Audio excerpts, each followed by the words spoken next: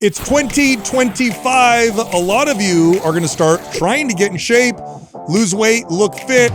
But here are the top 5 nutrition mistakes many people are going to make in 2025. Ooh. Check this out.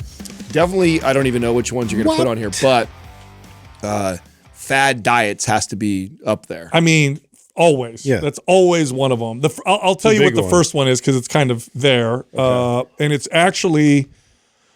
all diets have kind of a similar terrible track record when you look at the data, right? So any diet, quote unquote diet that people go on, they all have a fail rate of something like 80% plus, right? After a couple years of weight loss on whatever diet, the vast majority of people end up gaining the weight back. By the way, those are the people that even had success with it, right? Because there's a lot of people that, I'm like, they don't even lose the weight. They're in the middle of it right now. They're like, it's working great for me. It's like, yeah, bro, it's month 3. You know, that's right. Call me in a year. I'm talking about the people who actually lost the weight. 80% will gain back. That's not even talking about the people who are going to lose the weight because they try it and they drop off. But number 1 is going vegan. Going vegan actually has a worse track record than most popular diets when it comes to sustainability. It's because it's one of the hardest, so one of the strictest. It's not only one of the hardest and one of the strictest, it also tends to result in nutrient deficiencies. When you take omnivores, even unhealthy omnivores, which means, okay, so let's unpack this. Average person who eats meat and vegetable products and meat and plant products, they don't really watch their diet. They just kind of eat, right? They don't pay attention to anything. Then what they do is they say, I'm going to go vegan because I want to get more healthy and fit and lose weight.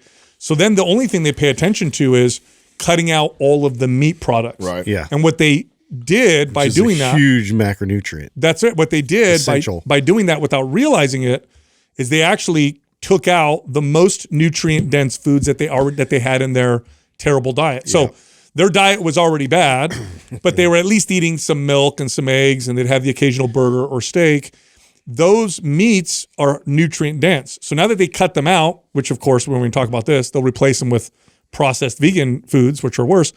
They now have put themselves at greater risk for nutrient deficiency. So when you look at the data on vegans, nutrient deficiency rates are much higher. And nutrient deficiencies cause everything from depression, anxiety, poor health, low energy, sleep issues, hormone issues, just the list goes. Well, we talk about this all the time that even the omnivore has an incredibly difficult time hitting their protein targets. Yes. I mean, and this is somebody who includes this. So if the person who's including meats has a hard time hitting protein, what do you think is going to happen to somebody who completely eliminates that? I mean, that's just, it makes it very difficult. I could probably count on one hand in my career that I've met people that have been able to successfusly run a vegan diet. Same. Because I mean, if you can, I'm all for it. I mean, if that's what you like and it works for you, and you actually are diligent, you track, or maybe you found a system of foods that you consistently eat that does help you hit all your targets, then okay, I'm not against it. I haven't seen that many people successfully do it. Well, so just to put it differently, if you eat a well-planned omnivore diet, you probably won't need to take supplements. You probably won't need to take certain nutrients or vitamins or minerals. You'll probably be able to hit all of those.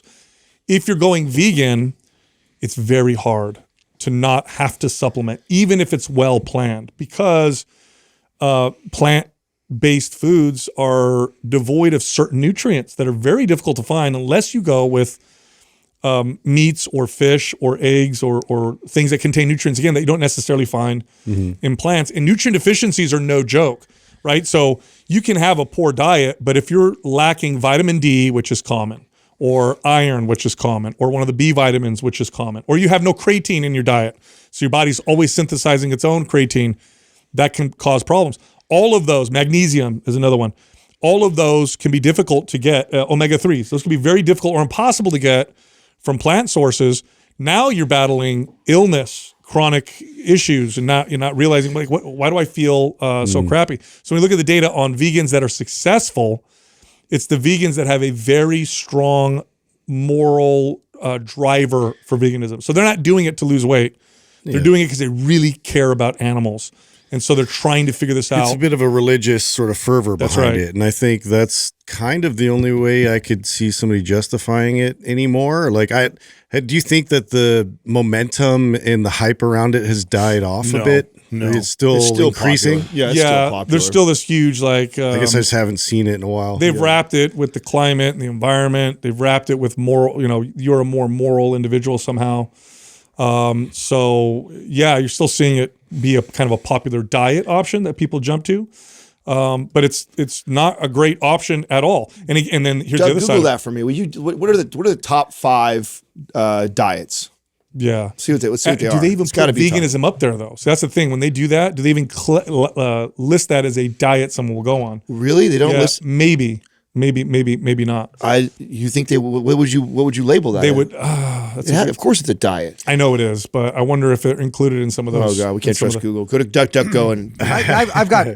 It is in the top 5. Okay. So we got the Mediterranean diet, the DASH diet, Whoa, which I'm not Mediterranean is the top 5. Yeah. Of diets that people will try to follow. Interesting. Yeah. So DASH diet. Are you familiar with that one? Look that one up again. I can't remember. So Anything you get emphasizes fruits, vegetables, whole I like grains. that diet. all on that Anything diet, like a DoorDash? It's if I can't DoorDash it, I won't eat it. Yeah, no, it's fruits, vegetables, whole grains, lean proteins, and low-fat dairy.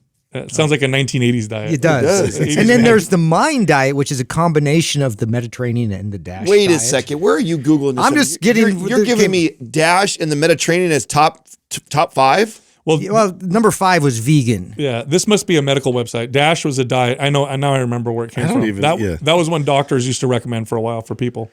It's like a low fat. I wouldn't even guess that to be up there. Yeah, that's interesting. Yeah, paleo you would think would be up there, and even carnivore I feel like has gotten more traction. I think it gets more traction. But I don't think it's popular. I don't think very many people are trying it, except for like the extreme people. Yeah, in our social space. media for sure. But that, by the way, that one is almost as bad as the vegan diet. I just want to put it out there because I know there's going to be a bunch of like anti-vegan people that are huge carnivore people. It's like you're far less likely to get. By that's the way, both of them are terrible. But yeah, that's the only reason why that's better, right? So, and the reason why I want to speak out on this because I don't want to feel like we're like bullying people that want to try and be vegan. It's just like I think people that do carnivore too are so unless you have some health condition, okay, where you have your immune system's really reactive. Yeah. So understandable if that's it. I'm not speaking to these people. I'm talking about people that do it to get in shape or lose weight. That's why it's a stupid idea. Terrible. And the carnivore diet is almost as bad. And the only reason why it's not quite as bad is because how nutrient dense meat is. You won't have a nutrient. Yeah, you won't have a nutrient deficiency. Yeah. If you eat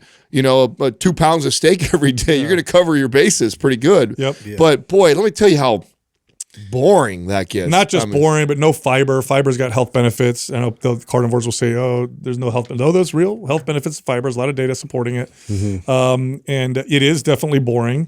And it probably isn't good for your digestive system to just go carnivore. But there are people with immune systems that are so reactive that it's the only option. It's their only option. That's the best option. But with veganism, the other side of this is when you take the average person, you have them just cut out meat products, they replace them with more processed foods. That's what happens every time. Yeah. Every single time, that's what happens. They go, oh, I'm not eating burgers anymore. Now I'm going to eat, well, what am I eating instead? Impossible Burger. Yes. I'll go eat something like that. It affects your cognition. I mean, right there, you see the difference. Like you see vegans supplement with omega-3s and creatine, and watch what happens to their cognitive performance. The next one, which you kind of touched on, Adam, this is a huge mistake for any diet, is not prioritizing protein. Oh, yeah. Not eating what's considered optimal protein based on the studies. So the studies will show, now I'm going to overshoot it because the data will say about 0.6 to 0.8 grams of protein per pound of body weight in normal weight individuals. But we, just to make it easy for people, we say 1 gram of protein per pound of target body weight, okay? If you're under that, then you're not optimizing your muscle gain, muscle preservation, fat loss, satiety, meaning you're going to be more hungry.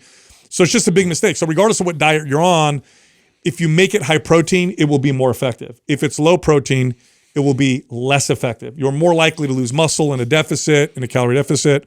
You're more likely to be hungry. You in a calorie per calorie, controlled diet, high protein diet results in more fat loss. So not prioritizing protein for most people, big mistake. I mean, I feel we should have said this as number one because then it would have set the table for vegan. Because I feel like as soon as we start to go after a vegan, then right away anybody who is vegan or wanting to try that, defense goes up, wall goes up. Yeah. They're not hearing what we're saying. Oh, we're just attacking. It's like, no. There's a very logical reason why none of us are a fan of that diet. And this is the reason why. Yeah. It's already incredibly difficult for the average person to consistently hit those protein targets. And so if you get rid of meat completely, it's just, man, it makes it almost impossible for the average person. I'm not talking about the person who is highly motivated for whatever reason. Yeah. That person that has structured it, figured it all out for moral reasons. I get it. Then I get it. But most people that do it for a diet to lose weight, they're already behind the 8 ball. They're already missing protein like crazy. And then you cut out a food group like that. It's like, good luck. And even just for everybody else, hey, sorry to interrupt. Look, I have a free guide that teaches you how to lose fat in 3 steps, just 3 steps that will burn the most amount of body fat and help keep it off. This guide is totally free. We're giving it to everybody right now. If you want it, click on the link at the top of the description below. All right, back to the show. If you prioritize protein, if you try to hit your target body weight in protein and you eat it first, you will see benefits. If you don't, you're not going to gain the max benefits of whatever diet you're trying. And by the way, this takes work. So the average person listening, you get the average woman who, let's say her target body weight is 150 pounds. Let's just say 100 or 140 pounds. I want to weigh 140 or 150 pounds. You need to eat 50 grams of protein for breakfast, for lunch, and for dinner. So you ask that person, okay, well, you got to prioritize protein. Oh yeah, no problem. This morning I had 2 scrambled eggs with cheese. Congratulations, you ate 15 grams of protein. Yeah. You have another 35 to go. Where are you going to get that? So a lot of people have no idea just how challenging it is to hit those protein targets. And if you're a guy, want to weigh 180 pounds or 200 pounds, very difficult. Needs to be prioritized is the point with that. Next up is relying on packaged foods. These diets still exist where you go on a diet and the diet consists of, here's your meals, here's your frozen meals, microwave them, warm them up. This is all you're going to eat. The Hungry Man diet. Yeah, that's a real diet. I remember that. Yeah. This one's popular. It never goes away because I think people like the simplicity. It's the convenience. Yeah. Yeah, I think that's a big factor to it, which, I mean, you do have to factor that in terms of like your being able to keep it going and be consistent. But I mean, you're just going to end up with preservatives. You're going to end up with all this excess, calories that you're going to have to account for and all the other things that transpawn from there. Yeah. I mean, this is the the bone we had to pick with IIFYM was that, because obviously hitting your macro targets is incredibly valuable and what most people need to do. And most people that do that, hit your macros, we'll see major positive changes in as far as overall health. But when you do it through eating all these packaged, there's just a clear difference that and anybody I know that has actually tested this, where they go, hey, you know what, I'm going to allow whatever processed foods, packaged foods, whatever, just stay at my macros. I'm going to eat that way, and then now I'm going to go and run for just 30 days of all whole foods. Even if the macros are exactly the same, tell me you don't feel different. Yeah.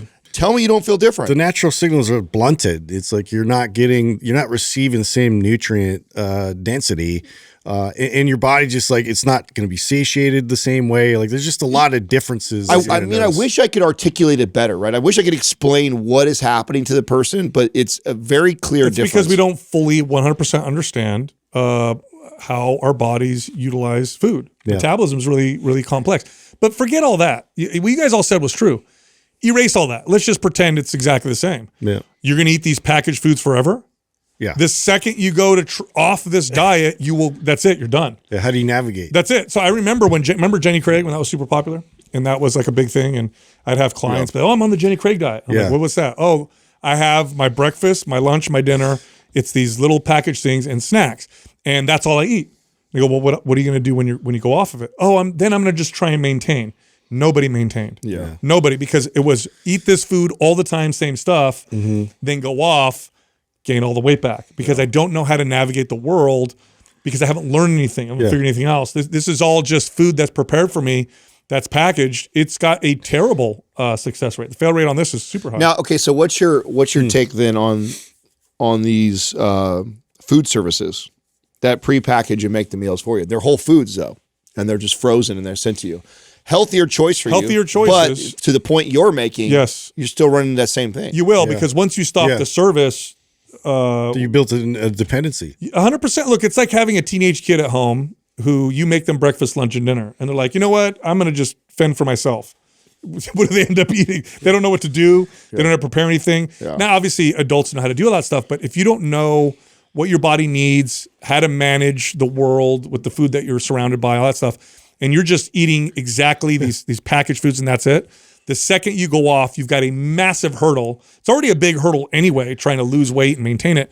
You just created a hurdle that's almost impossible to overcome. And this is why I've always been such a fan of at least a short period of your time should be spent on tracking, weighing, and measuring food. To get an idea. Just get an idea. Because then, if you really understand that, then I can see periods so you're not in the dark. Yeah, then I can see periods of time where you order food services like that, and then you don't. Right. Yeah. So at least when you don't, you're aware of when you're sitting down in front of a plate, like, oh, that's probably around this much. Granted, that's a cup of rice that has this many grams of carbs. Just an 8 idea. ounces of meat. Right. Just an idea. Because what I have found is if you don't, what you think is way off. I mean, I think I'm off, and I know. If you don't have an idea, you're way off. Super off. I remember this. My favorite story that you tell, Adam, because I had the exact same experience, was when we were trainers before you had all these apps that would calculate your calories and stuff for you. We used to have this big book that we would use called, was it Calorie King? Calorie King, yeah. And this is what we'd use with our clients. And you go in there and it would say, one medium sweet potato has this many calories. Yeah. One large banana. But I remember. I'll never forget the sweet potato got me. That's what. So you were hit by the sweet potato. Yeah, I was a banana. Yeah. I'm like, oh, this is a large banana. Yeah. So I'm eating. I don't remember what I thought. What the Calorie King said. It was something like 30-something grams of carbs or something like that. Right? Or the nuts where you only have like 4. Yeah. I'm like, nobody's gonna just grab 4. A handful. How many is a handful? 6. Like not my I got some big hands. Yeah. But so I was eating a large banana every single day, and then I remember looking at the weight of it, and I was like, I wonder. Yeah, and I weighed 4 times. I'm like, this either is the biggest banana ever that's ever been bought or whatever, or it's almost like those books were made like in the 60s before the food got all big. Food got all giant. Because I remember hacks. I was putting in a large sweet potato. That was the biggest size you could put. And I'm like, oh, that's a big one. I could tell it's all, but it was like still 3 times the weight. And I had a client who was doing this, and we couldn't figure out what was going on.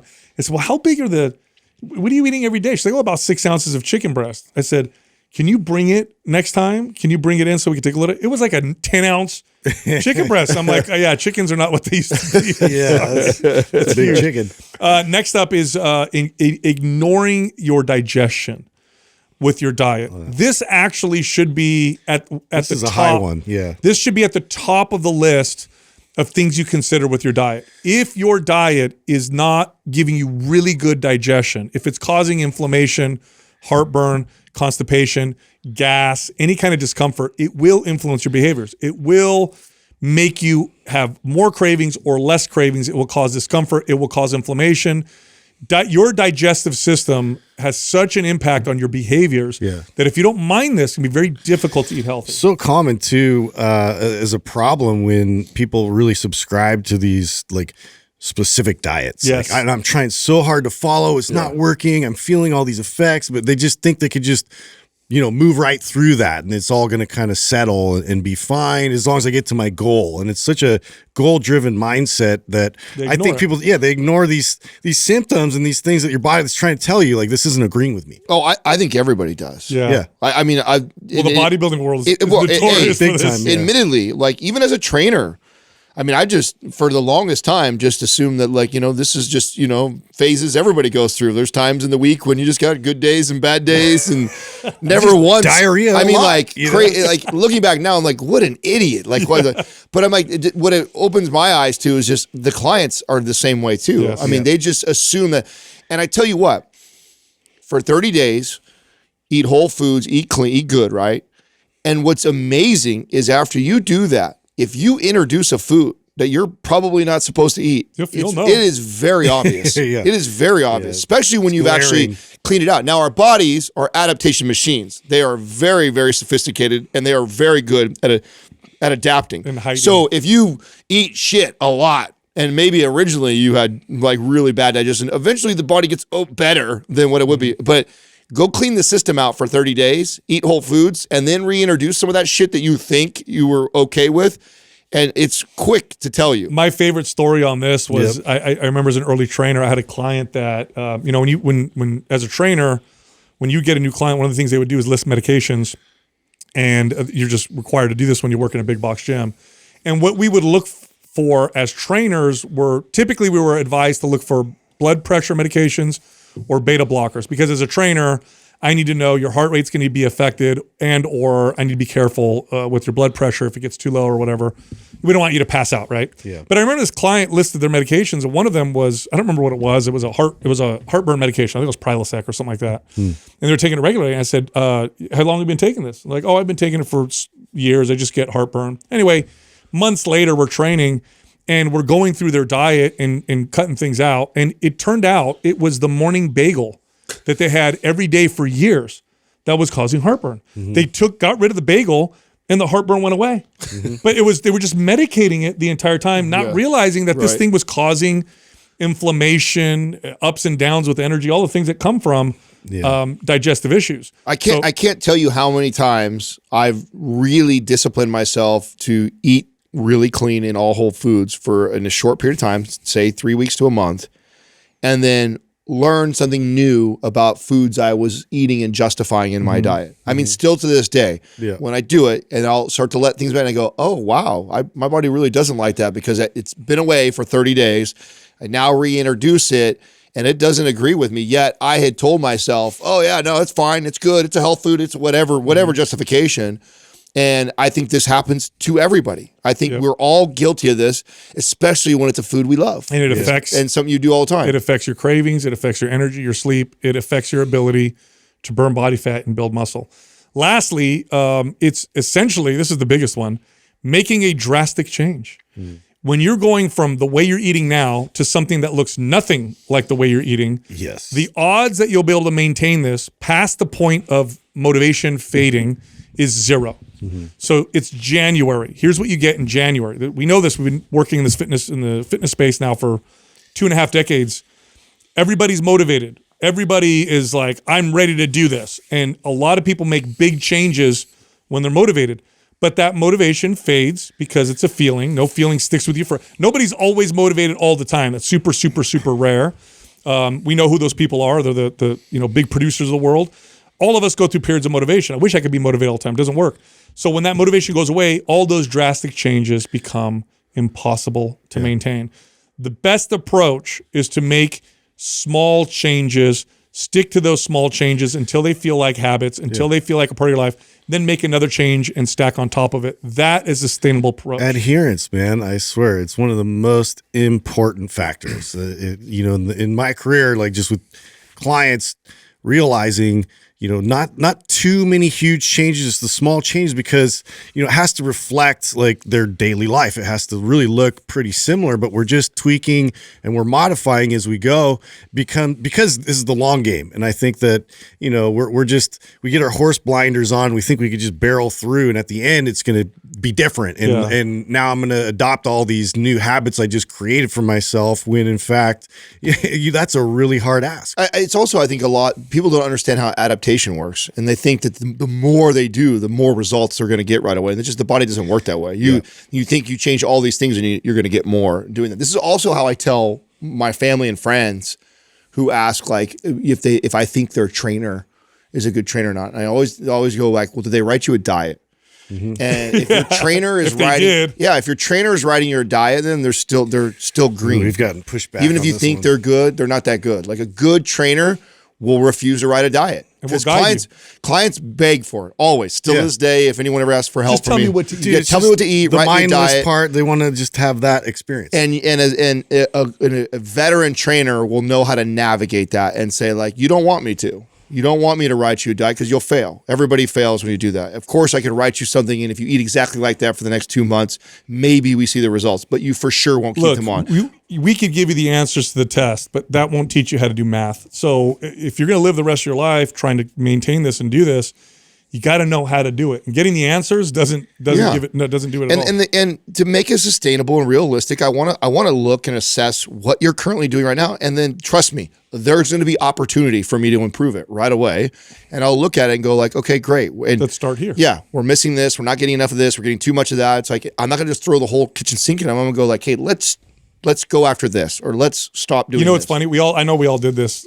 Early trainer, right? Early versions of us gave them all the answers. Of course. Later trainer, I would convince people to not do everything all at once. People would come to me and say, "I'm doing all this stuff." You're pulling them back. You're reining them in. I would pull them back every single time. I was far more successful as a trainer. My clients were far more successful as a result. Now, speaking of diet, it's interesting. I was just thinking about this. Do you guys remember? You probably, I don't think you hear this as much anymore. I think now the data is supporting this. But do you guys remember how we were actually taught this? And then I'm sure you heard clients say this, or, I actually trained a dermatologist once that told me this, that diet didn't affect people's skin. Yeah. You guys remember hearing that? So crazy. What you eat doesn't affect your acne, doesn't affect your blemishes, your skin quality. Did they even think about that logic before saying that? I actually dermatologist still says shit like that. Crazy to me. I trained a dermatologist, and I asked them, I heard this causes acne. No, diet has no impact on I went acne. through that during this time that we started this show in the last 10 years when I was seeing the dermatologist for my psoriasis, and I'm like, could it be something going on in my diet? Could it be just like, oh no, there's no correlation with the diet. That's so crazy. It's like, what? What's crazy about that is, so I'll pull up some studies here. Especially something like that. Autoimmune is directly related to that. Your immune system. So, I'll bring this up. Now, we do know for sure that the data shows us that certain probiotics have helped people with different skin conditions, including acne, dry skin, eczema. We know that the skin has its own microbiome, and that microbiome will change depending on the bacteria that's in your gut, depending on your diet. So you could change the microbiome on your skin, which then affects the way your skin looks. Yeah. So we have data showing that taking a good probiotic actually positively impacts people's skin, again, with things like their ability, ready for this?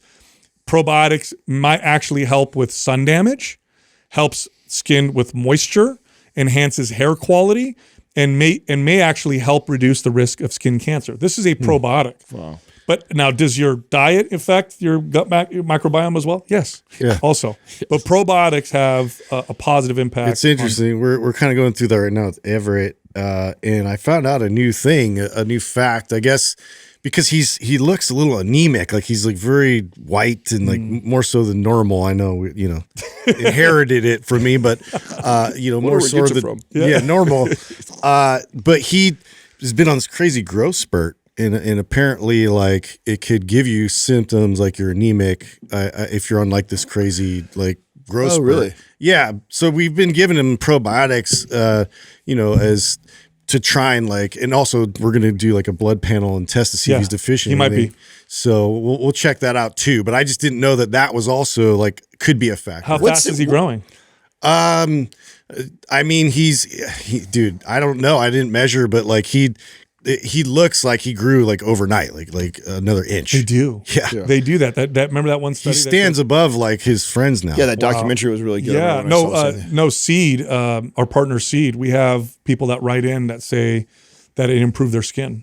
We have people that will actually say that. So Max is on the children's one. Yeah. What age would you switch over to like? I don't know. Is like Ethan on the adult one? I think 12. Is that what I was wondering? When yeah, that is. that we saw that like Everett's sort of in between that, but he's almost 12, so we give it to him. Didn't you had a huge growth spurt as a kid in high school? Mm-hmm. How what was, because you were? I was 5'3" as a freshman. I played point guard.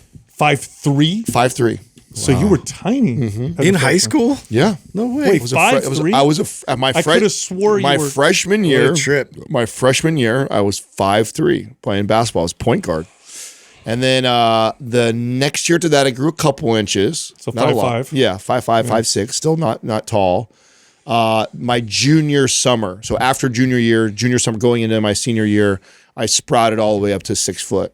But then I still grew another 3 inches after high school. So I grew outside of high school. I grew all the way till I was When you 20. came back, first of all, did it hurt? Did you get the growing pains? No. No. You hear about that? Yeah, right? I know. People say that, but I don't ever remember anything like that. Did you, when you came back to school, were kids like, whoa? Yeah, no, I remember. That's crazy. Yeah. I think they called me like Stretch and things like that. Like, yeah. So I had like My brother was like that. My brother did the same thing. He was tiny. Everybody thought that I was going to be taller than him. And then out of nowhere, he's 6'2" now, I think, or 6'3". Yeah. No, I sprouted out of nowhere like that, and then I kept growing. Even I think I graduated high school. I'm pretty sure at 6 That's so foot. crazy. I was 5'11" as a freshman.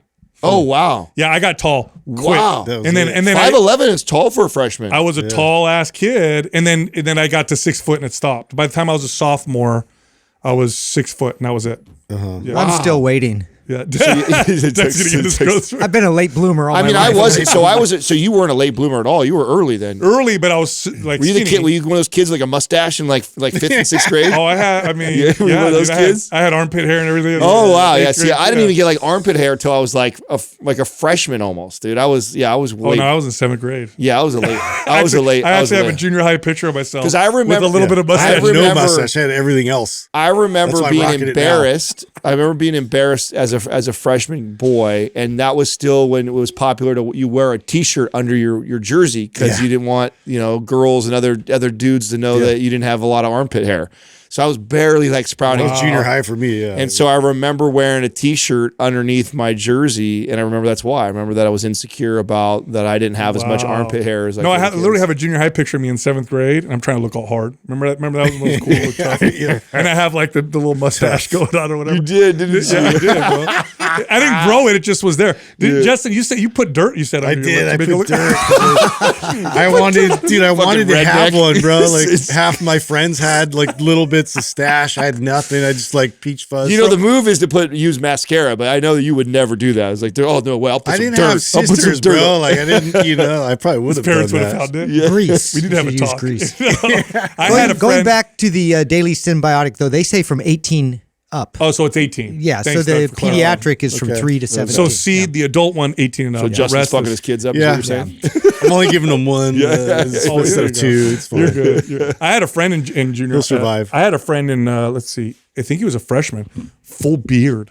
Yeah, there's always that one kid. My There was friend a kid- Dusty was like yeah, that, there was a yeah. kid. There was a kid that had like 6th, 7th grade. He already had like a goatee. Oh yeah, dude. Yeah, He was like, shaving every day. You know. Like what? But then later, they're the first one with back hair. dude. And the first one to go bald. Yeah. He was the first one. Who was all this. Yeah. That's crazy. funny. Hey, sorry to interrupt you. Look, are you lifting weights, eating a ton of food, and struggling? You're not packing on any muscle. You're not building any muscle at all. You're not getting stronger. Well, check it out. We have a hard gainer guide. This can be your ultimate resource to turn that around. Pack on some muscle mass with our hard gainer guide. It's totally free. You can get it by downloading it, clicking on the link in the description below. Hey, you guys want to hear something crazy that is as real that I heard and I thought, oh, is that real? And then I looked it up. It's real. Okay, so the moment that a human sperm enters a female egg. Okay. I've seen this So video. you know the whole thing, right? You got the egg and you got all these sperm coming to Yeah, it, race and a it. bunch of them are trying to get in, Yeah. and for whatever reason, the egg lets just one in, right? It There's lets just some one of them in. that are just trying their damnedest and they can't get in. Yeah, I love those videos too because Yeah, you can just see the little guy like, let me in. No. And one of them gets in. Yeah. The moment it gets in and it starts it's about to divide, Yeah. there's a flash of light. I know. They captured it for trippy. the first time. Yeah.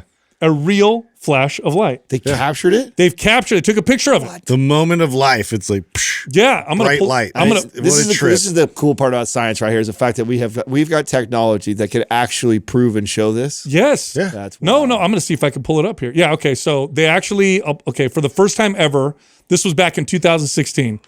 For the first time ever, scientists have captured images of the flash of light that sparks at the very moment a human sperm cell makes contact So does it with an egg. flash within the egg? Is that where it's flashing? Within the egg? Is it where's the light coming from? I mean, it's within the egg and around it. So it's like something happens, right? Yes. Yeah, So they chemical said reaction or they're something. saying it's a rapid release of zinc that causes it. So interesting. like a rapid release of zinc causes this kind of flash of light. So what I love about science is I think science allows us to peer into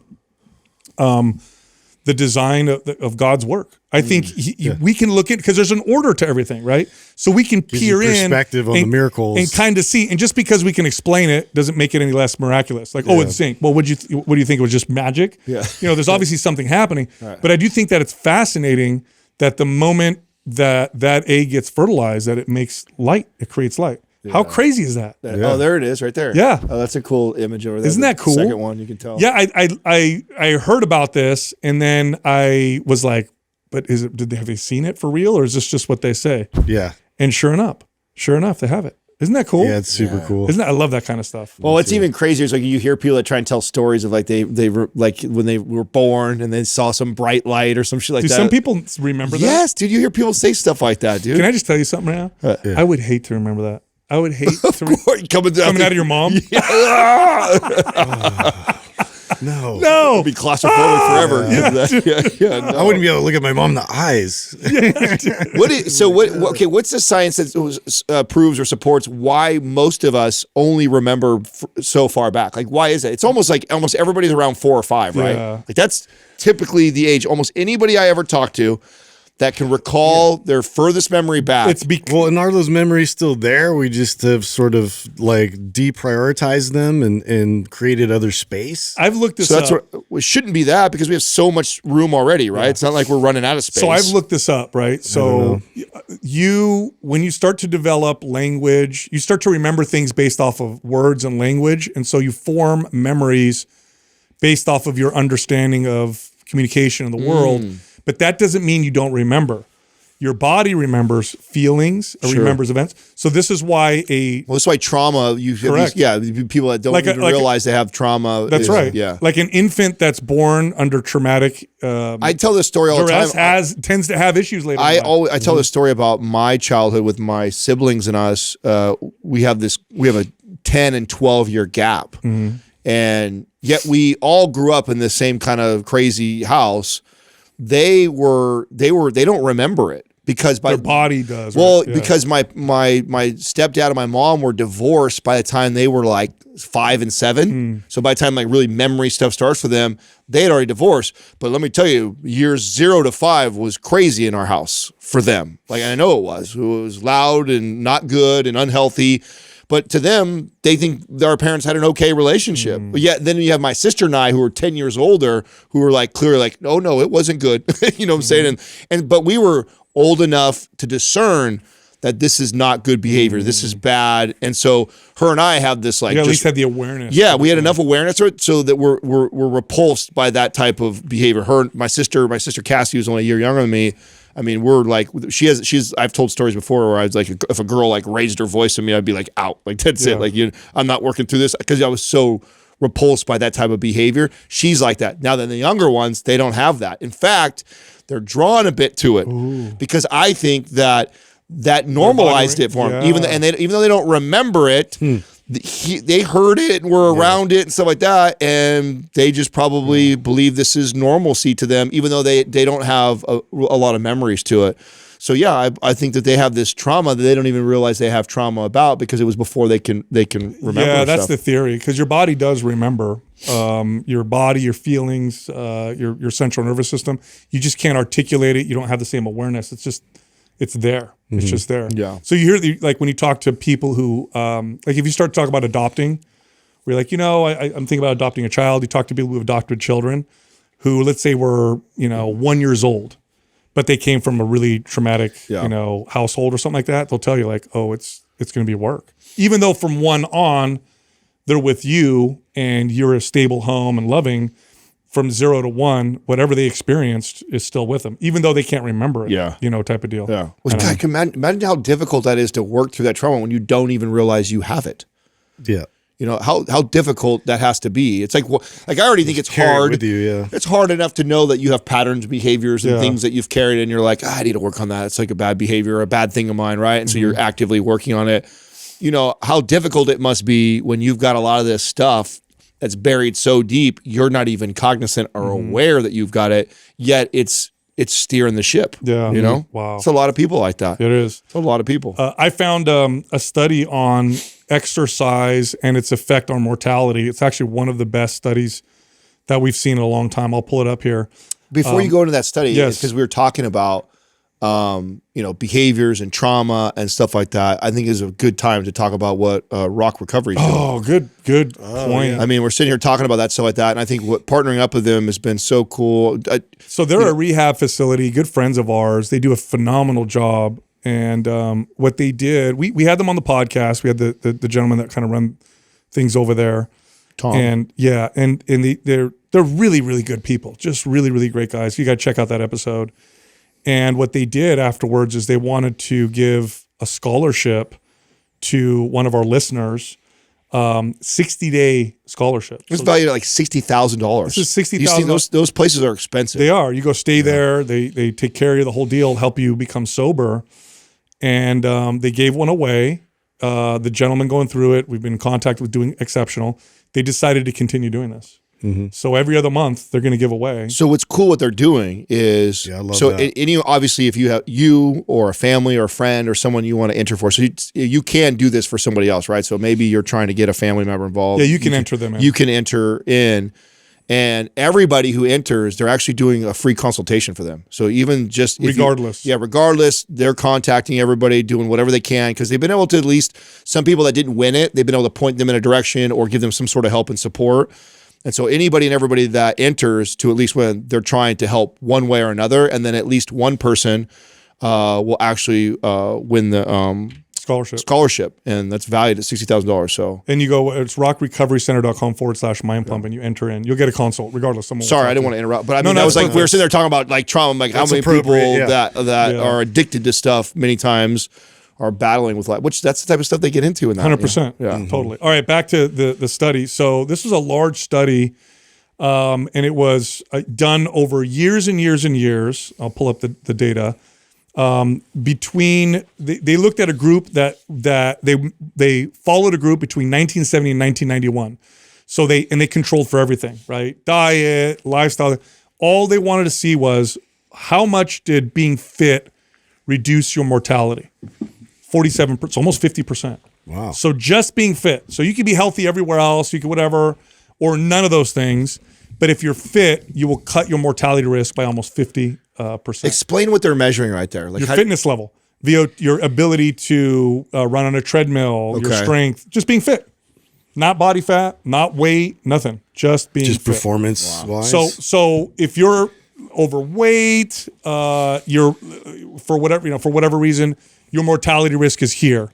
If you become fit, even if you don't lose any weight, you've cut it by 50%, right? Mm-hmm. So in other words, regardless of everything else, just being fit alone, if you change nothing else, you just go get more stamina, you just go get stronger, you improve your mobility, you do nothing else, you will improve your mortality risk by almost 50%. You know, just because you're more resilient. That's like a big deal because it doesn't require a lot of work. You could go to the gym a few days a week and just do that and do nothing else. You know, it is so good, but it's also one of the things that makes me worried about the GLP-1s. Totally. Because, you know, for the longest time it's been obesity. It's because we're so obese, and that's why. Yeah. When really, even if you were overweight, if you were fit because you were active and you did stuff physically, you lifted weights, you did at least did that, but you had a terrible diet, but you at least did that. Studies like this are showing what it does for your mortality rate, just more important. And unfortunately, GLP-1s, I think, are revolutionary. I think we're going to see it work magic and wonders for so many people. We're going to see a lot of people lose weight. Yeah. But then the question is that become an easy fix to solve the obesity thing, but then it just exacerbates. Yeah, they did paint the picture forever that it was just because you're overweight just is all the symptoms of you being unhealthy. Right. And that, studies like this are showing that that's just not even, that's a tiny bit of the pie. Yeah, if you lose weight, but then you're not fit, so if you're skinny but not fit, skinny but not strong, because you're just eating a little, you can actually make yourself worse off. Than you were before. Especially if you go into it with not, I mean, one of the things that when I went through the GLP-1 experience, intentionally to kind of share that with the audience, one of the major, huge positives that I had working for me is the amount of muscle that I had already built going into it. So I could losing some muscle was not a big deal. So I could lose 20 pounds of muscle and it not be a big deal. But if you're already somebody who doesn't work out or never has worked out and built a bunch of muscle on your body, and all you've done is put on body fat for decades, and then you decide to do this GLP-1, and yeah, it cuts the body weight in half, but half of what you had of muscle that you've never really built is not a good place to be either. And you have to ask, is it worse? Are you worse down 50 pounds from being obese, but you've lost the little bit of muscle that you actually had? In the brittle, at that point. In the extreme sense, by the way, if you look at the data, I'm going extremes now, everybody, so just bear with me. Overweight, as you get older, not obese, but being overweight, because there's a difference, right? Obese is even further than that. Being underweight is worse for your health than being overweight as you get older. Yeah. It's actually worse for your mortality. So it's not great to just eat little and not be active and just, oh, cool, I'm skinny now. But you've just made yourself more frail because of it. Now, that being said, I do think that what you're going to see with a lot of people on GLP-1s, and I think it's a net positive, and maybe I'll change my mind, but for the time being, I think it's a net positive. I do think a lot have people are going to go on GLP-1s, and that spark is going to get them to then. I mean, that's what we hope. Yeah. I mean, I think that's why I'm still with you. I still remain positive. And the thing that I still go back to that I thought was so amazing was the food noise thing. Yeah. Because that can be a lot. Like we're talking about trauma, right? It's been what we've been talking about today.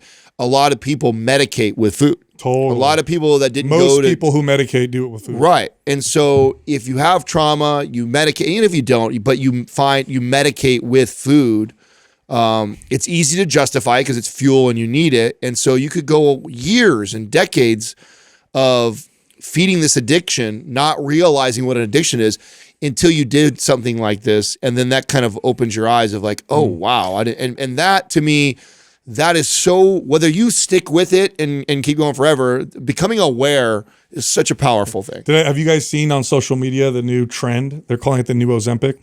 What's that? Okay. Oh, God. People are, by the way, this is not a new trend. I've said this before. When you look at the diet and health and fitness space, things get recycled. Always. Okay? Always. They just get recycled. The Thigh Master back? No. It'll come back, dude. We should get on that, by the way. We should get on. They expire, right? Patents always expire. What's the It's a long time. Oh, is it a long time? Very long time. Okay. So the new Ozempic. Ass Master. People don't look that. Can you Google that? See if that exists. The new Ozempic, people are posting on social media, is what? Giving yourself a tapeworm. And people are literally posting and saying, I gave myself tapeworm. How is that any better? I lost so much weight. How is that any better than the girl who sticks a finger down her throat and throws up in the bathroom? God. How is that any better? Did you guys know that was one of the first diet pills that were ever sold were tapeworm effective eggs? They would sell them and people would buy them back in the early 1900s because it would help people lose weight. Oh my God. You can give yourself a tapeworm. You got to post the videos of how they got to get them out. Oh, I need to take a medication. So gross. I think tapeworm is easy to get rid of. Really? Yeah. You kill it and then you poop it out. Poop it out? Yeah. Oh, I thought you had to No. I remember seeing some videos. Somebody had a bowl of, I don't know, some kind of sugar or something. No. And it was like, no. They're puking it out. No, dude. Yeah. No. Yeah, that happened. That's gross. It just disgusting. comes out. Yeah, it was just like, oh God, that would because they started it and they were dude, that would it was like coming up and out of their mouth. No, there's a tapeworm medication is like one pill. You take it once and then it gets. Okay. Yeah. We've gotten good. Either way, what the hell are we doing? Yeah, why are you doing this? It's so disgusting. Can you just? It's actually becoming a trend online, huh? It's going popular on TikTok and on social media, and people are eating raw meat, trying to give themselves. That's about as good as this movie I was forced to watch. Speaking of trauma, since we're on this is our theme today. It was New Year's Day, and we were just kind of sitting around, and one of my wife's sister, her friends, was like, "Oh, have you guys ever seen Jupiter Ascending?" And that's a sci-fi movie, right? Yes, by the Wachowski brothers, right? The guys that did Matrix. So I'm just like, no, I've never even heard of it. Might be good. Channing Tatum's the lead actor in it. There's some other what's that one girl from? Kunis? Mila Kunis, thank in you. there, yeah. She's in there, and so Look at your they terrible really- movie watchers all over. No, this you know with why? He's like, I know all this. No, you know why? Yeah. Because I almost yeah, watched, yeah. Oh, I almost you watched this You movie. have to watch it now. Of course, you almost. We did. have to watch it together. You're gonna die, absolutely die laughing. God. It's so it's the worst movie, and they tried so hard. They put so much money make it into look this cool. thing to look cool, dude. Just for one thing, like so, he's called a lycotent, and so he's supposedly is this like genetically sort of half wolf, half, and it makes no sense why he's that, right? But that's one thing. And the other thing, he has this technology, these boots that like fly, and so there's this scene that's just absurd. Like everything's normal until this point read where what all of it a said sudden he on there, rolls the in. He rolls in with these flying boots, and he's like ice skating in the air, and then and then like blocking. Go shit. back to what you were on. Bro. There's so, and this guy whispers the whole time. So here's Read, why. read what Reddit says. What is Oh my God! what This does it is say? a It's fucking, incomprehensible nonsense. It's stupid. It's a bit stupid. it's so incredibly awful that you get sucked in. So So you're like, this is so. They made a lot of decisions in this movie. They were horrible, all of them. Here's why I remember this. It was 2015, so it's an old movie. Yeah. I remember this because the imagery. I love sci-fi. I'm Yeah, just yes, like Justin. yes, I'm a big yes, sci-fi fan. yes. Yeah. And I remember This is clear. I remember the imagery looked cool, and I was like, "Oh, this is going to be a good movie." Yeah. And then I read a couple reviews, and they're like, "It's the dumbest." And I never watched it. It's so fucking bad. It's literally the worst movie I've ever seen in my life. So So you- it's so good It even because of has- that. Are It you even has are a you cool okay? title. Are you guys both not? Do you guys not use Rotten Tomatoes? Do you not think that's a good gauge? I do. You do? I do sometimes. Okay, because But I don't go out looking at. So here's the deal. Because I feel like, go ahead and pull that up on Rotten Tomatoes. I would like to see what they said. Like, terrible. I'd be They're surprised very if it broke a 50. Did it break a 50? No, I think it got a terrible. Oh yeah, it's probably Like I will. So negative. If it's on the cusp, you might get me. Like if there's something that I watch a preview and I'm like, I kind of want to watch this. Then I go to Rotten Tomatoes and it's like, if it's like 70, that's like that's kind of on the cusp. It's like it's not probably not gonna be good, but maybe it'll be my liking, and so I'll watch it. But if it's below 60, Yeah. I do not even waste my time. Yeah. What does it say? How could you guys watch it? What is it? What is it, Doug? Tell me what it is. So yeah, 27 and 27% 38. and 38. Yeah. You couldn't pay me to watch that. You can't pay me to watch that's that. the Not thing. that many people You can have be to wrong. watch it ironically. It's so good. It's so good. It's so bad funny. is good. Yes, that is a thing. You know, like it's torture, but it's hilarious. So do you guys have any like Rotten Tomato rules like that? Like if you No, so here's the thing. So tell me how you told guys me this use it. before. Okay. I don't purposely go to Rotten Tomatoes, but if I type in a movie, yeah. then Yeah. sometimes the Rotten Tomatoes comes up and sometimes then it- it catches my eye. Gotcha. That's what happens. Oh, so with you don't go. this. So I will. Yeah, I will yeah. not watch anything without at least go checking that. Yeah, I should do Okay, that. well, Because it's like, and that to me Doug, is the rule. The rule is, and everybody can have their own like whatever your cutoff is. But I have never watched a movie under 50. Okay, let me that see, was good. Let me see if I agree with this because I watched some of Gladiator Part 2 over the weekend. Look that up on Rotten Tomatoes. Not that good. Oh, Really? I liked no. it. It was all right. You I watched liked it? Yeah, it was good. Yeah, I watched It's it. not- it Katrina wasn't- really liked it. It I was didn't the think same shit. I didn't. Well, There was well, nothing. they played into the same it was story the though. same it was still thing. good acting. It was See, it was good. The lead I actor would, is so a little See, I weak. disagree so with that. it would land a 70 for me. That's exactly what it would land for me. Yeah. I would say it's a 70. I would not. It wasn't. That's a fair score. First Gladiator was 90. I mean, that was Yeah. epic. It's up there with one of my favorite It movies. was it was like recycled. That's why. Yeah. Because, but if you never seen the first one, you watched that. That was a good movie. Bro, the scene where he fights the baboon.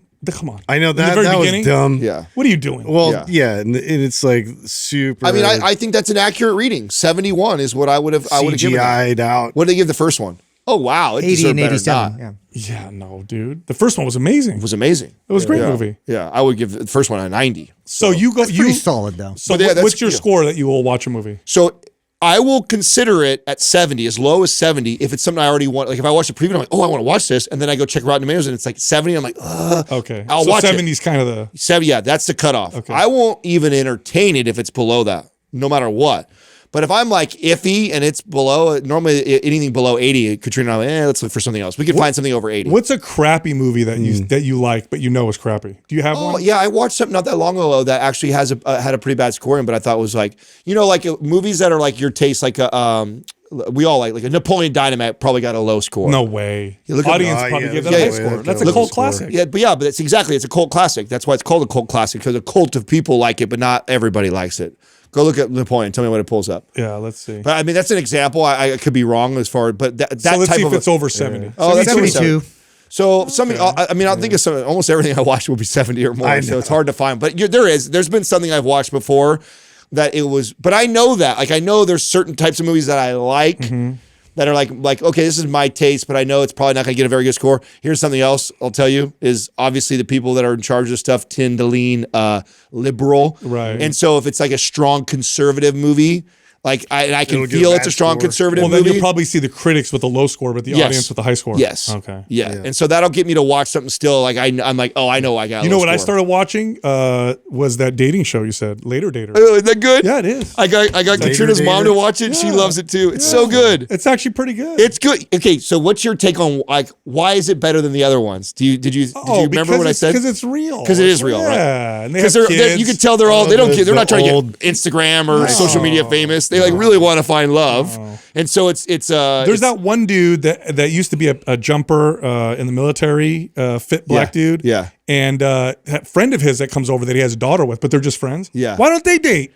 Oh, you'll get to that. Oh, they do? Yeah. They call him out eventually because the series goes on. Finally, the guy behind the camera is just like, all right, elephant in the room. Why are you two not together? Because they're so great together. Okay. And they keep the whole thing goes that way. Because they're like amazing together. Yeah, they're like best of friends. Okay. I mean, my brother-in-law with his baby's mama are like that. It's so wild to me. They haven't been together for 15 years or more. And we go do family events together. The two of them hang out. He goes over there and she'll be like, oh, I need some help around the yard or like that. He'll go there on a Wednesday night after work and like help her out. Like they have the greatest relationship if you watch them, but they've already gone down that path. Wow. And yeah. So some people are like that. Like they've dated and they go, we're not compatible, but we like each other. Interesting. And they're an example of that where I think sometimes like, even though Katrina and Everett never tried dating, I remember when I first your old roommate. When I first met Katrina, it was really weird that her best friend and roommate was this good-looking black dude. You know what I'm saying?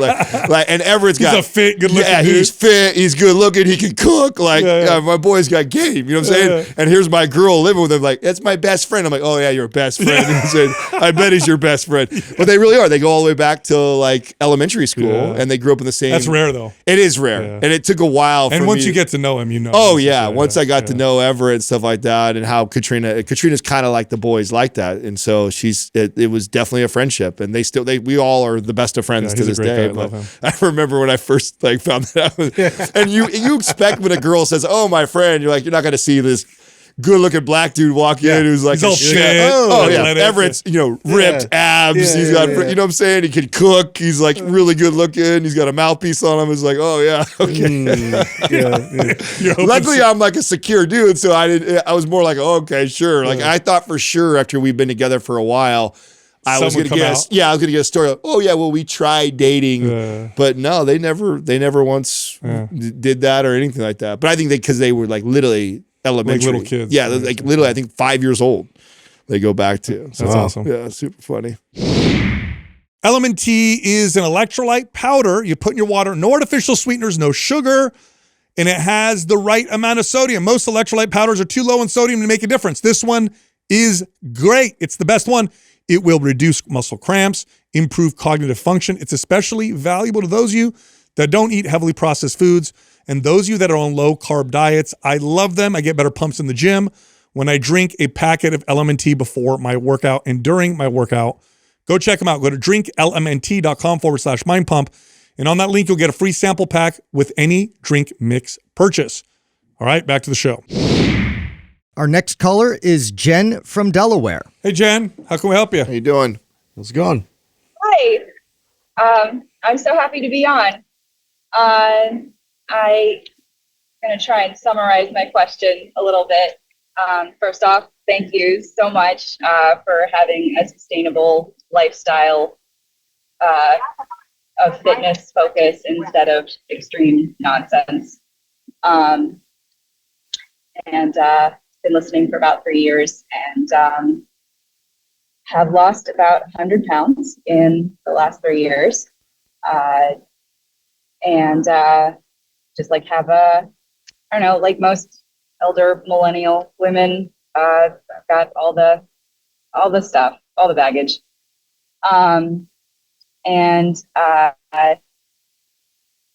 So just like food issues and things. I've been to counselors and dealt with that. Right now, I'm in a place where I lift 3 times a week, and I do a full body day, an upper body day, and a lower body day. And I sent you my picture. I feel like my upper body is more muscular than I want to look. And anything I've looked up about this, everyone's like, women just don't get muscular like that on accident. And so I don't know. And people are like, well, if you get to a point where you feel you're too muscular, just back it off. But when I do that, if I just drop like bicep and tricep exercises, I clean houses for a living. So then my elbows hurt because I'm not keeping up with my strength. So I would like to stay strong, but just have a longer, leaner look. I know you can't actually make your arms longer or leaner or longer, but yeah, is there a method to sort of trimming down? I have been told by a surgeon at this point that I don't have any more fat to lose. So I do have a lot of loose skin, and that makes things more complicated probably. But I'm just wondering if you guys have any advice or if there is an approach to this. Yeah. Yeah, we could talk about how to schedule or program your workouts with strength training, because you can definitely target areas to build and other areas to lay off of, and we can adjust the volume so that you're training enough to maintain things like joint health. But I do want to ask you, Jen, do you think you're being too hard on yourself?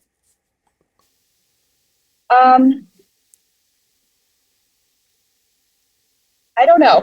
I don't know. I've been honestly, I've been at this so long. Like, I've been trying to lose weight since elementary school. Yeah. And like having my doctor tell me I was done was very weird. Yeah. Like, I've never had a doctor say that to me, and I was kind of like, well, I feel like when I got here, I should feel small. Yeah. But I don't. I still feel large. Well, so. Yeah. So what happens oftentimes is when we have a struggle, one that's deep and it's lasted for a long time, we start to identify so strongly with it that when, maybe you're like, am I done with this struggle? Who am I? Like, what does this mean? And then the other thing, when you're trying to attach a feeling of fulfillment or happiness to how you look, very rarely do you accomplish it by changing how you look. So just consider that and keep that in mind as you go through this process, because, and all the data supports what I'm saying, all of it. When you look at the best data we have on happiness and appearance and aesthetics and all that stuff, Arthur Brooks, one of my favorite people, experts on the subject, he's a Harvard professor on this, best-selling author. He uses an example and he says, you could spend all your time and money on going from a 6 to a 10, let's say on a pretend scale of 1 to 10, and your happiness would barely improve at all. It might not even register. So consider that and look at things that are actually proven to improve happiness and fulfillment, and devote time there. Now I'm looking at your pictures, very fit. You've got great development. I think you've done an incredible job, especially considering where you've come from. But just consider with what I'm saying, because that work isn't going to come from the outside, that's from the inside. So focus on that. Otherwise, what I'm about to tell you, and I will help you modify your workout, but it's not going to give you what you're looking for. It might change how you look, but that's not going to give you what you're looking for. Well, of course not. If you look at the progress you've made, it's incredible. Yep. I mean, what you've done, you've done is huge, unbelievable. You're in great shape. And now the doctors are even telling you you're in great shape. You have no fat to lose, yet you still don't feel that about you. So even when Sal goes and tells you how to change out your arm exercises, maybe add some more leg stuff in there or other things, it's not going to solve the problem. I mean, sure, it might change a little bit of what your arms look like, but what's going on right now is the way you perceive yourself, because the rest of us are telling you, you look great. Mm-hmm. And so it's got to start with you believing that and doing that work, because the programming stuff, again, I already know what he's going to do. He's going to tell you to reduce some of the arm exercises that you're doing and exchange them out with some, core or leg exercises or glute work or something else that you enjoy or want.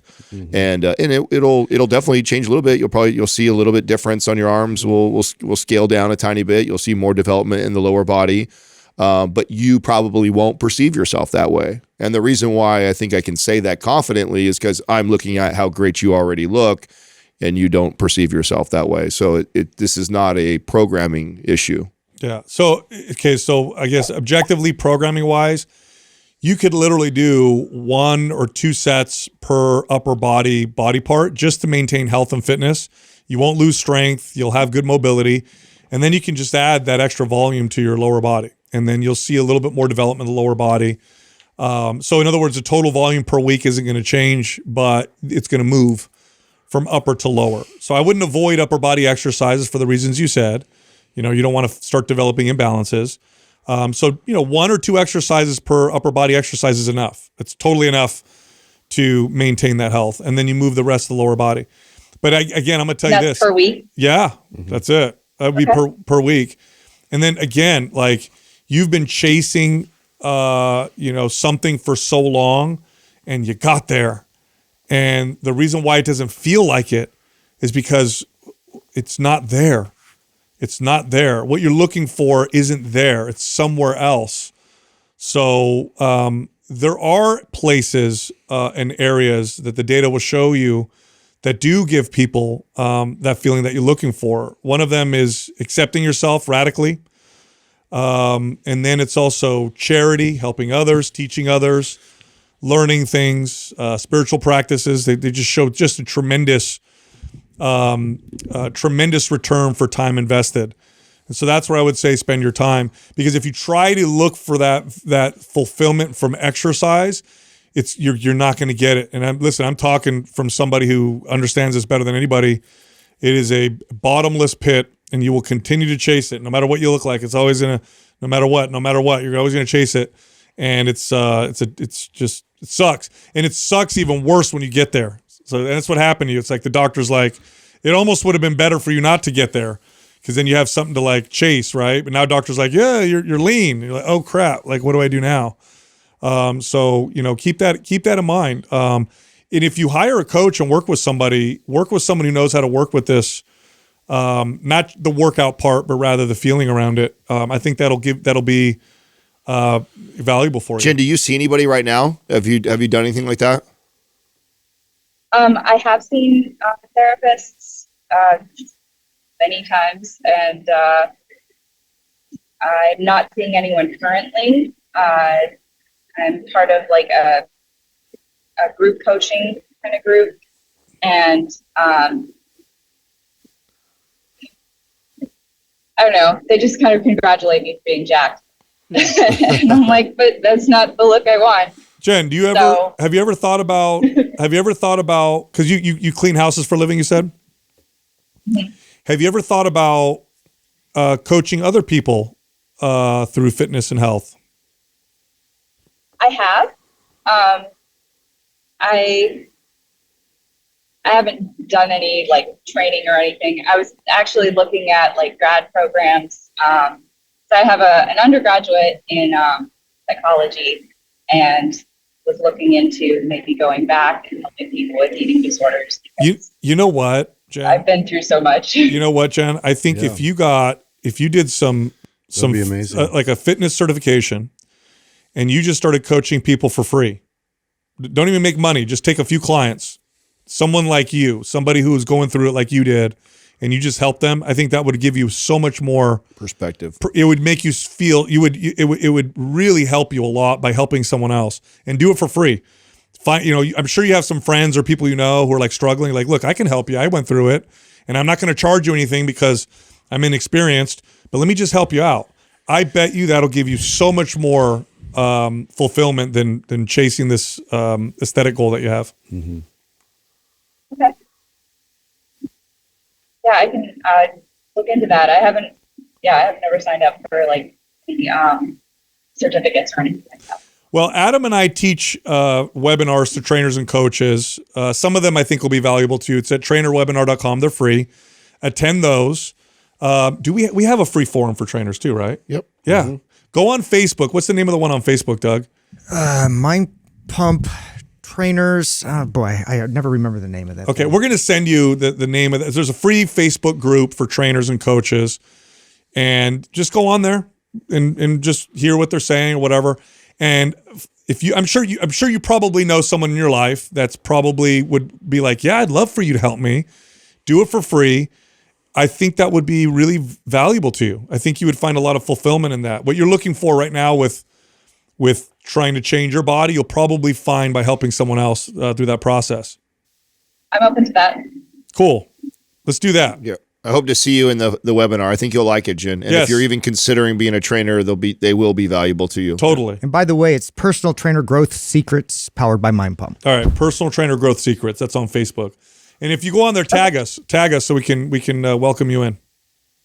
Okay, thank you. Yeah, you got it. Thanks for calling Appreciate in. it. All right, Jen. All right.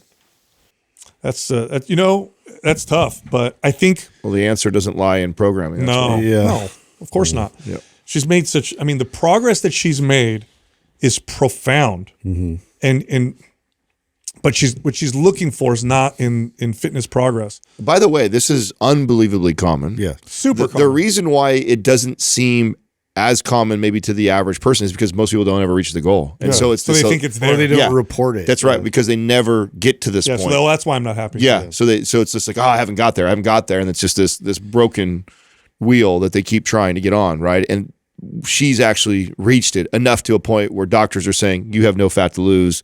She looks ripped. She's getting complimented probably all over the place, and then saying, I'm not happy with this look.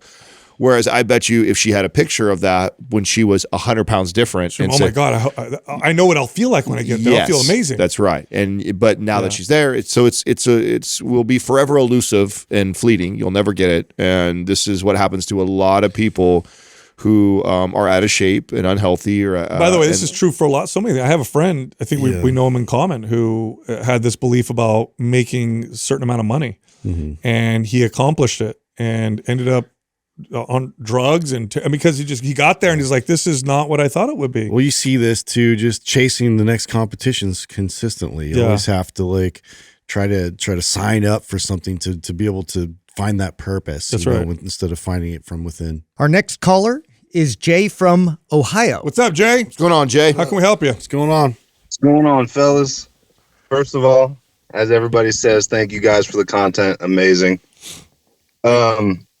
So I know everybody says it, but I feel like I'm a little bit of a different case.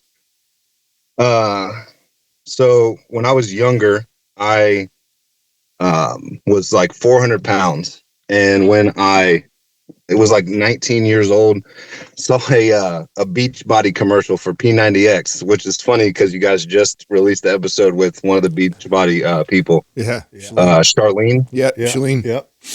So that's really funny that this is on there. But I did the program probably like 3 times, along with Insanity, lifting, and swimming and playing basketball. And 19-year-old energy apparently just took over. I ended up losing 200 pounds. Wow. I joined thank you. I joined the Army, and in the Army, one of the pictures I sent you guys with my shirt off was when I was in the Army, and that was when I was like 22, 23 years old. So I played basketball in the Army, and when I got out, I was going to try to play at like a big college. I was going to try to go to Ohio State and walk on. Ended up fracturing my ankle right beforehand, and then got better, was going to try to play at the junior college here in town, tore my ACL. And so the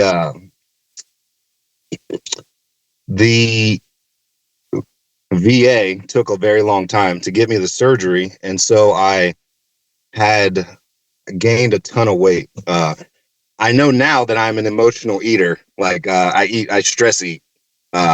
So ended up, I don't know, like a year after that, after I got healed, I started a YouTube channel to like document my fitness journey. Ended up losing about 50 pounds and tore my ACL again playing basketball. So apparently my knees are just bad. So ended up gaining more weight from that and got up to about 400 pounds again. So I've been 400 pounds twice in my life. I made the decision to get gastric sleeve surgery, and in that process, I ended up finding you guys. Actually, like 6 months before I had the surgery, I ended up finding you guys. One of my buddies was like, "You need to check out this Mind Pump podcast, blah blah blah." And I was like, "All right." So I checked it out, and you guys have a very long intro sometimes where you guys are just talking, and I love it now. But like when I was thinking of a fitness podcast, I was like, I don't know, maybe I just got the wrong episode. So like for like a month, I just didn't listen to you guys, and then started listening to you again, and ended up buying MAPS Anabolic while I was in the process of going through the VSG surgery, and lost I was at 415. I ended up losing about like 40 pounds before my surgery, to the point where I almost didn't get the surgery because I was losing weight so rapidly, and I was eating a lot. I was eating like 3,500, 4,000 calories. So I ended up getting it for like family reasons, like family health reasons. And while I was doing it, while I was going through the surgery, I ended up like still lifting and still trying to maintain as much muscle as I could. I think like a year and a half afterwards, my dietitian, she was like, "You look like you didn't have any surgery. You look like you just lost weight," because I had so much muscle. And I started back in school. This was in 2022. I'm 33 years old. I started back in school and ended up playing basketball with one of the kids that was in my class. And he goes, "You should play on the basketball team." And I was like, "Well, I love basketball. I played it, and I was going to try to play." So last year, I ended up trying out for the basketball team and making it, and played more minutes than everybody else, even though I was a decade older than everybody else. That's great. Which is kind of funny. That's cool. And Adam, you'll love this. I averaged a double-double for the games that I played. Wow. Oh, That's sick. impressive, bro. That's very cool. Going against 20-something-year-old children, it felt like. That's awesome. But so while this was going on, my wife was pregnant, and I want to say like 4 days before I think our third game, she gave birth to my son, who is now a year old. And so I ended up earlier this year, got a new job. My son had colic really bad, so we didn't get any sleep. I started a new job. I was in school, and so trying to balance all that stuff, I ended up stress eating and gaining. I was at 250 when I was playing, and I ended up gaining about 30 or 40 pounds. And so when you started your journey on the like road to building your muscle back up, I like 2 weeks after you started, I started doing it too. Nice. And not to promote myself, I did on my YouTube channel as well, which is funny. But the first month I didn't do the body test. The second month I did, and I was at like 192 pounds of lean body mass at 296 pounds. And then the next month I did like the bulk because it was over Thanksgiving. And so I ended up building 4 pounds of muscle and losing 4 pounds of body fat in that time. And so this last month, which brings us up to now, I did the body test on Saturday, like 2 days ago, and it was almost the exact same, which is good because my whole family was sick. So my question for you guys is, where would I go from here to lean out, basically? Like, I don't feel bad, and I've gotten all my blood work checked, and I've gotten my testosterone checked, all within the good range. I think it was like 500, and I've never taken TRT or I've never done anything like that. My blood work all came in the normal range. I feel great. So it's not a vanity thing. I don't want to like do it to look good, but I also know I play basketball once or twice a week sometimes. And I also know that my knees will be better if I'm lighter. Yeah, for sure. So especially after having knee surgery, and I'm strong, like relatively, I just did all my, my lifts, like the core lifts or whatever, just like the squat, bench, deadlift, overhead press, and a row the other day. And I squatted 315. I deadlifted 370. Actually, the day that you popped your hamstring, I did it and then watched that video. So I didn't even know that you did it, which was I would have been a little bit more conscious had I watched that. And then my bench was like 315. Overhead press I did 225 for like 3 reps, and then row I did 225 for 3 reps. Jay, where are your calories at currently right now? This will help me with the good. I was at like 3,000 just maintaining. I got up to, when I did like the little mini bulk, I got up to about 4,000 or 4,200. One of the issues that I have, because I had the VSG surgery, it's hard for me to eat a lot. I bet. The fact that you were able to get up to 4,000 is impressive, but it sounds like you're actually probably at a really good calorie intake. 3,000 or so is giving this nice even exchange of you're still building some muscle and you're losing body fat.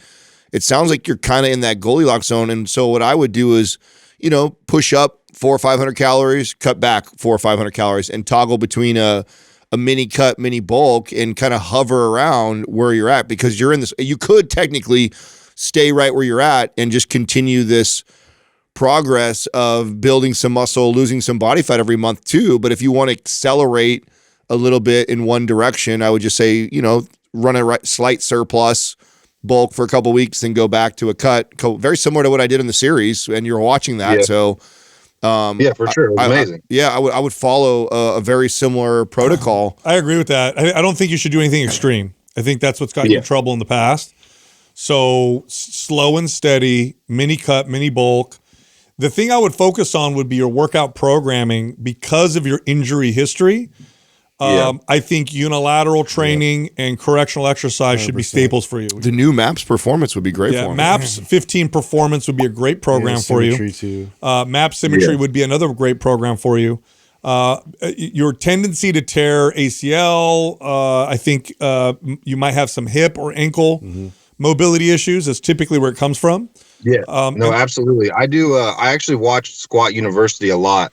I bought his book. And so I've done a lot of the correctional exercises and stuff specifically for the knees and the hips and the ankles, which is as a basketball player, you guys know, like you roll your ankles all the time, stepping on someone's foot and doing all that stuff. So that was one of the things. And I have like weird style. You always talk about people with Michael Phelps body styles, or people think that if you swim, you'll be like Michael Phelps. I'm 6'2" and have a 6'6" wingspan, but I have a 30-inch inseam. So I'm that body style that you talk about all the time. Have you tried swimming? You might be. I know. I missed your calling, dude. What's really funny is that when I was losing weight the first time, my buddy, he's in the Air Force, and he swam all the time, and he's like, "You should come do it." So I did it, and there was a coach in there, and he goes, you have good technique and stuff. And I was like, well, I'm kind of like a natural athlete. I played sports my whole life. He's like, yeah, but like you have a really wide back and like long arms. You can reach and go get it. I'm like, that makes sense. Yeah. No, I think MAPS 15 Performance and Symmetry with mini cuts and mini bulks are going to be the way to go for you. Yeah. Do you have any one of those programs? I believe that my wife just got me MAPS 15 Performance. That's the one.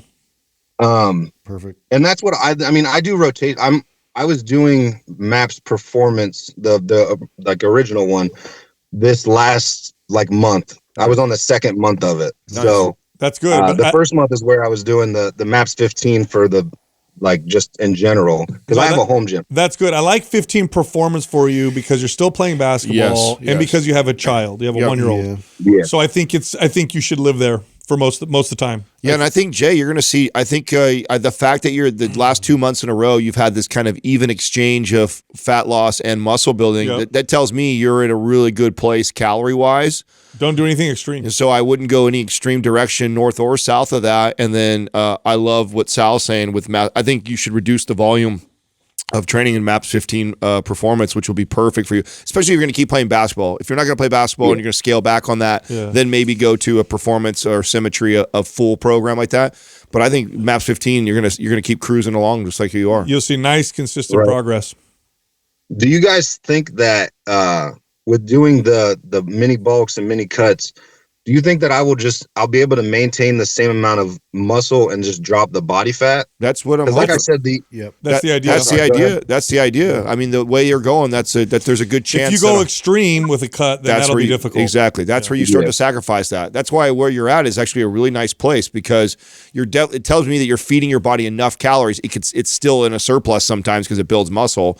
And then it's also in a little bit of a cut because it's burning body fat. So you're in this nice little place. Now you try and get aggressive and you're like, hey, let's cut another 500 or 1,000 calories.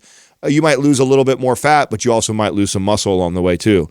So, and if we want to maintain every bit of muscle you can, you're in a really good spot right now. I would say stay the course. Just probably switch you to the MAPS 15 performance program. That's it. Right. Yeah. No, I think that's what I was going to do anyway. Obviously, like I sent the link and everything to my wife. I was like, get this right now. I want it. And she thinks that I love you guys because I literally watch. I've been watching you guys for like 3 years, and so at my old job, I was a correctional officer, but where I was at, there was like, I was in the school of the prison, so there was not really many people there, and then sometimes there was just nobody there. So I would just watch whenever your guys' episodes came out. I think they came out like 4 p.m. your guys' time, which was 7 mine, and so I would literally watch every single episode the day it came out.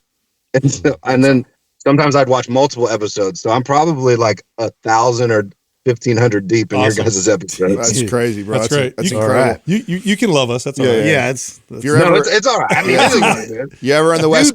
You ever on back? You're ever on the West Coast? Hit us up. Have you come by and say hi at the studio, man? For sure. Yeah, no doubt. That would be awesome. No, Adam, my son is actually the same. My oldest son is the same age as your son. Oh. So it's cool watching your guys, hearing your like progression, because it's very close to what my son's doing. That's cool. awesome. Right on. Very great. cool. Yeah, God bless. Is there any program we can send you? Yeah, Jay, what do you want? Let us maybe symmetry. Oh yeah, we'll send it over to you. Yeah, no, it's great. Call. If you don't have symmetry, we got you. All right, man. I appreciate you guys. All right, Jay. Thank you. Have a good one, guys. You too.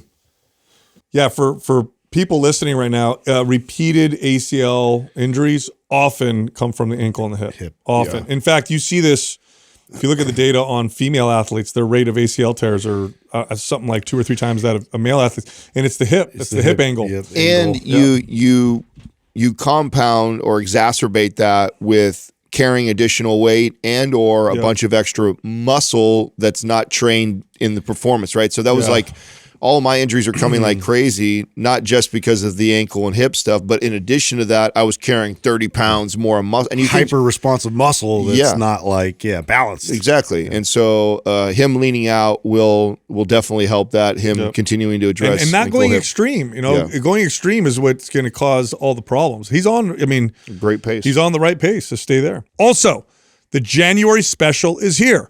We have 4 workout program bundles. The new to weightlifting bundle, the Body Transformation Bundle, the New Year Extreme Intensity Bundle, and the Body Transformation Bundle 2.0. Every single one of those workout program bundles is $300 off retail. It's a massive sale.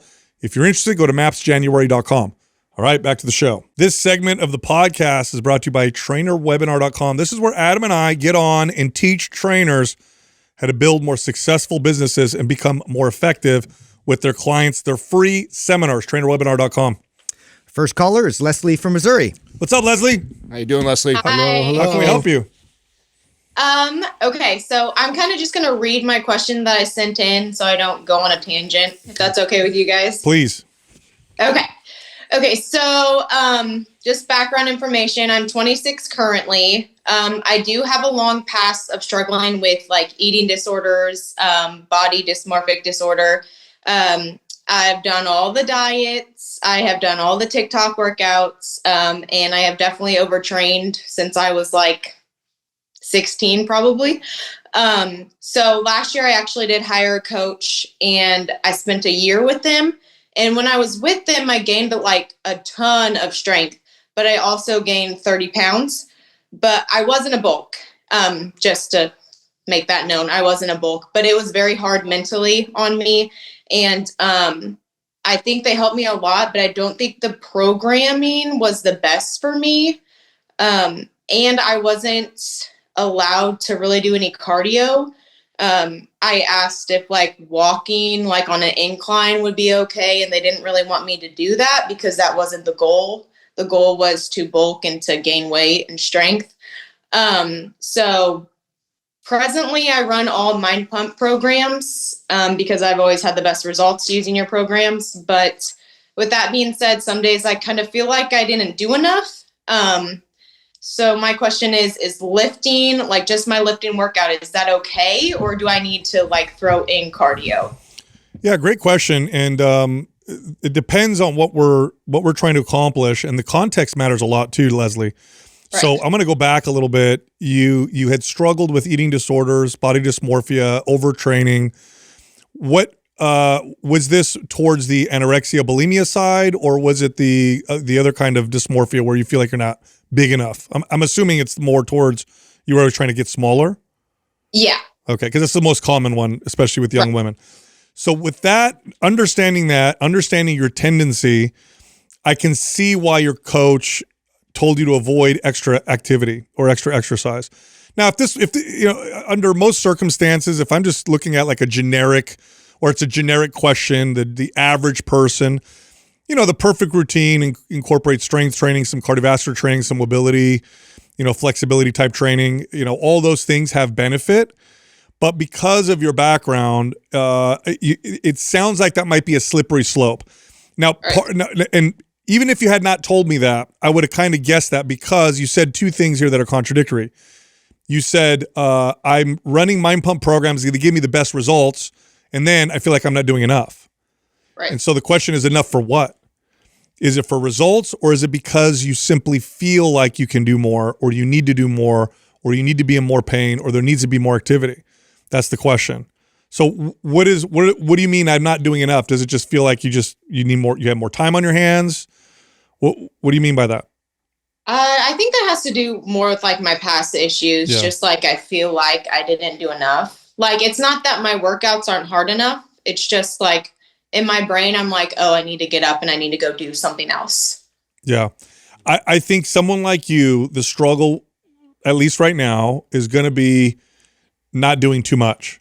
I don't think you have a struggle like a lot of people do, which is not doing enough. Mm-hmm. So your challenge is going to be to stop, not to start or to keep going. It sounds like you had a pretty good coach. Granted, 30 pounds sounds like a lot, but how much of that did he say, or you decide you needed to put on that? Like, were you really, really lean before, like, and you needed to put on probably a good healthy 20 pounds? Was that part of the goal, was to gain that much, or did you just end up gaining that much weight? I was pretty lean. I mean, I would say I was about 115, 120. And how tall were you? Or are you? 5'4". Okay, and so now you're like a 150? Yeah. Yeah, and you look lean. I can see your arms and shoulders. You look fit. So it sounds like it was healthy. Right. Do you feel healthier? How's your menstrual cycle? Was there changes in that? Yeah, I actually got it back. So yeah. It was really good for me. I will admit it. It's just the mental part. Sounds like you had a pretty good coach. Yeah. I mean, it sounds like they're giving you the right advice, and sounds like you're healthier and better, and sounds like you're in pretty damn good shape. Did you let go of that coach? What's up with that? I did. She was quite expensive, so I just kind of let go of that part. Leslie, I felt like I kind of got everything from her that I needed. You're doing phenomenal. You're doing really well based off of what you've told us. You have to work on the mental side, not the physical side. Your work is not in the workout. Your work is in the mental, how you view yourself, your relationship to exercise, when you use it versus when you abuse it. Same thing with diet.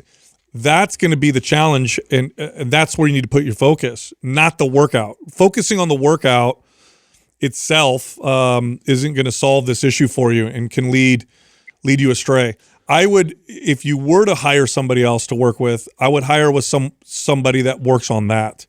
I think that would benefit you far more. Oh, like our friend Christina would be great for her. That's right. Yeah, Christina would be really good for you. What MAPS program are you running right now?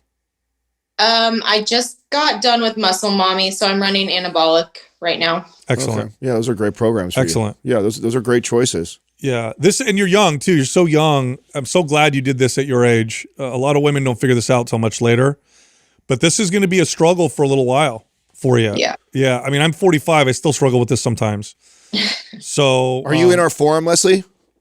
I am not. Okay, No. I'd like Doug to put you in there, so we'll put you in there for free. See if we can connect her with a good coach. And if we can't connect you, at least allow us to be your support. It sounds like you just might need a little bit of that every once in a while. You probably get in your head, and write us a message on there, tag us, and let us remind you that you're doing a great job. And maybe that by itself will be enough to keep you heading there on the right path, because it sounds like you've done a really good job and you're heading the right way and doing great. Yeah. You just need to be reminded that every once in a while. And to be fair, there's nothing wrong with walking extra. There's nothing wrong with doing some cardio. As long as it doesn't become obsessive. Yeah, and then so if that's your fear and you know where it's coming from, if you know where it's coming from and you know where it's probably going to lead to, then I would avoid it. Can we place that extra energy into learning something? Is there anything you're passionate about that you can, kind of go on these walks, slow walks, and listen to audiobooks or do something constructive so it feels like, I don't know if it's a thing where you just don't feel like you're as productive, because I go through that sometimes. Yeah, I think that's it. I mean, I'm a teacher, so I'm really into math, so I guess I can work on my math knowledge. Wow. There you go. That's awesome. All right. Yeah, do you have MAPS Powerlift? I don't know. Do you like being strong? I do, yeah. I think that would be a great program for you. Just run, because it's so strength focused that it might take your mind off of just, I need to do more cardio, maybe get smaller or whatever, because it's all about what you can do. Yeah. I'll send that to you. I'd be up for that. I'll send it to you. That'd be a Okay, great thank program. you. Also, just keep in touch with us, either monthly or bi-monthly, Leslie. Check in with us. Let us know how you're doing. If you have a question like this, just post it in there and let us help you through this process. Okay, awesome. Thank you, guys. You got it, Leslie. Thank you. Yeah, sound like she had a pretty good coach. That's right. I know. And that's why they said on don't point. do cardio. Yeah. Initially, someone hears 30 pounds gaining weight on a woman oh my and God. think, oh my God. But I had a feeling that probably 20, 25 of that was needed. Absolutely. Right. And so in that situation, she did really, really well. She didn't have her menstrual cycle. Now she does. Like, that's huge. It is. And this is what, for coaches and trainers listening, I mean, for everybody listening right now, health isn't super cut and dry, black and white. Because from a black and white perspective, we're like, yeah, I had cardio. What a dumb piece of advice to not do any cardio. You should walk more. It's good for you. You're only strength training. You're sedentary otherwise. But in the context of what she's struggled with, that is the wrong direction to go right now. It will actually lead to worse health, not better health. And mental health is health. So, just something to consider for the coaches listening right now when you work with a client.